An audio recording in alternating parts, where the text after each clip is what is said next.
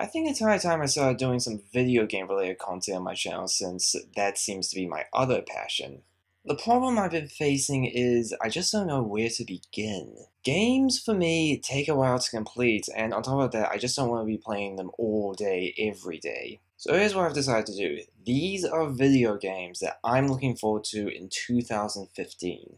Once again, like my previous movie lists, I'm not going to count them down from 10 to 1. These are just simply games that I'm looking forward to this year. So, here they are. First up is Final Fantasy Type 0 HD. This is a bit of a funny one to put on since I'm actually not a fan of the mainstream Final Fantasy series. But this is a game that I've been waiting for years now. It was originally a PSP game that got released back in 2011, but it never got localized, so we never got it.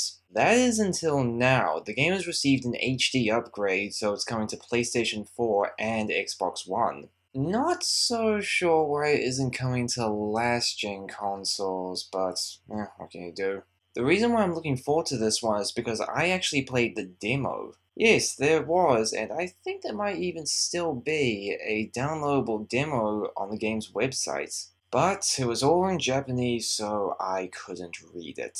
I had to take in the story through what I was seeing in the cutscenes, and get a handle on the gameplay by looking at the PlayStation icons in the game's tutorial pages. Here's what I remember from the demo. The gameplay was really friggin' good. It was remarkably fast-paced and technically proficient. Like, wow, this is on the PSP? And the story looked genuinely dark. Usually when a Final Fantasy character dies, their body just kind of evaporates, or there's no blood. Here, there's this gruesome war that seems to be going on in the game's story, and you actually see glimpses of blood. So, I'm looking forward to this one. Oh, and in case you're wondering, yes, you do play as high school students.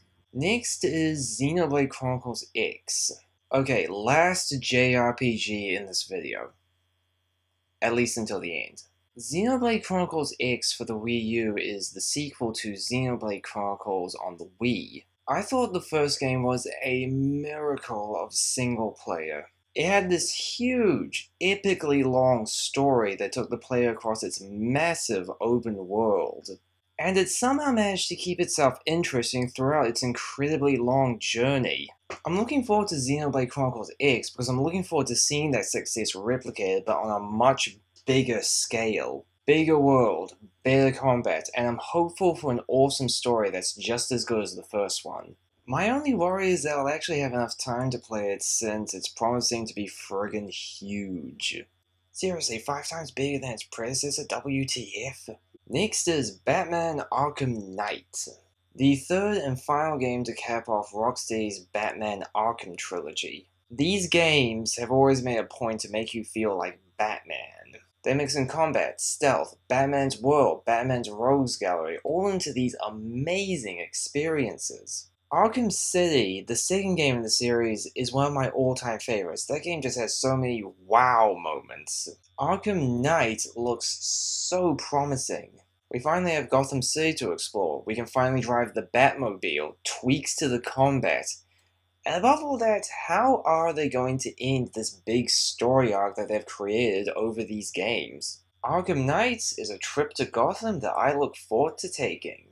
Next is Mortal Kombat! There are people out there who complain that Grand Theft Auto is too violent. No, Mortal Kombat is the most violent video game franchise out there. The 2011 reboot was one of my favorite games of the 7th gen, and I cannot wait to see what NetherRealm is going to do with this one. New characters, story, X-rays, fatalities, and of course, bloody gruesome as hell.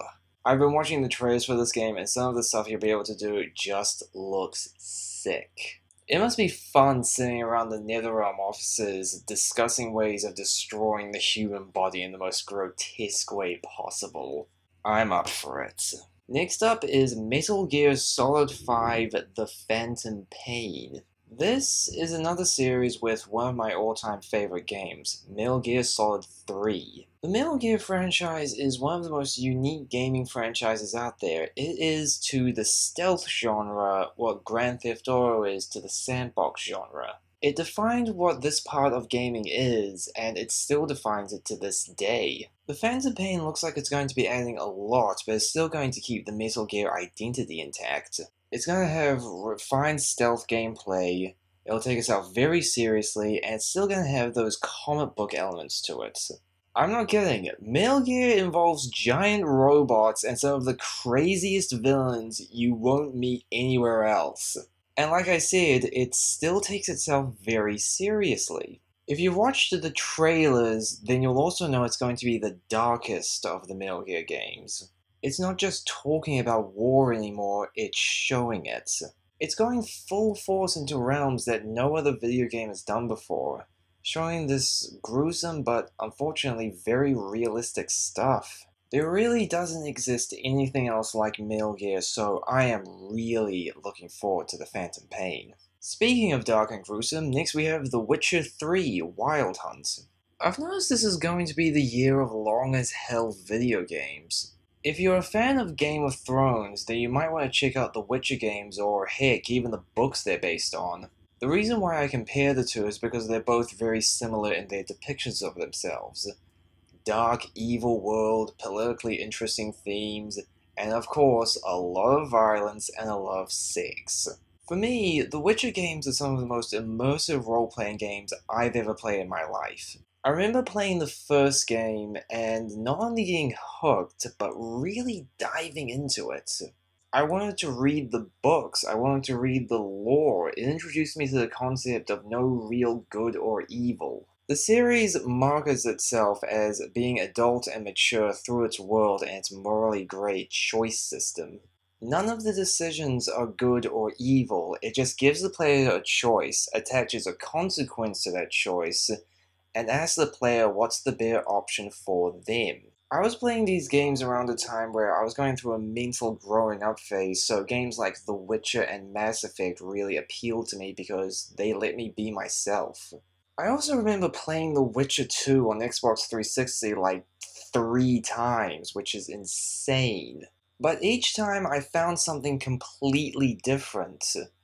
I'm serious, the choices in these games can go as far as to change the level design. The Witcher 3 looks like all of that. It's going to be immersive, huge, complex, engaging. I love The Witcher and I'm really looking forward to this game. For the final game I'm going to talk about, I decided to enter on one that I've been hyped for recently. You ready for this? Here it comes! Persona 5. The Persona games are very near and dear to me. Heck, Persona 4 is my all-time favorite.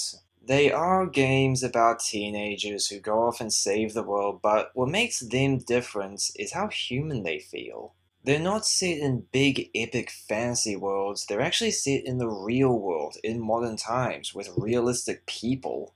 The concept is that all of the characters have the power to summon a supernatural being called a persona, which is like this stylized manifestation of their personality. And they use this power to battle these monsters called shadows.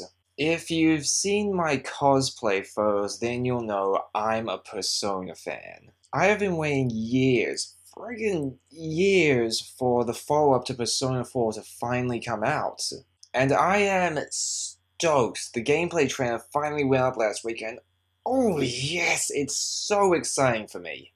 Gameplay reveal, character reveal, the themes they're gonna be touching on, that music, just, oh yes! Yeah, I love Persona. I love the concept, I love the stories, I love the characters, and chances are I am going to love Persona 5. Well, there you have it, my most anticipated games of 2015. What are yours? Comment below, let me know.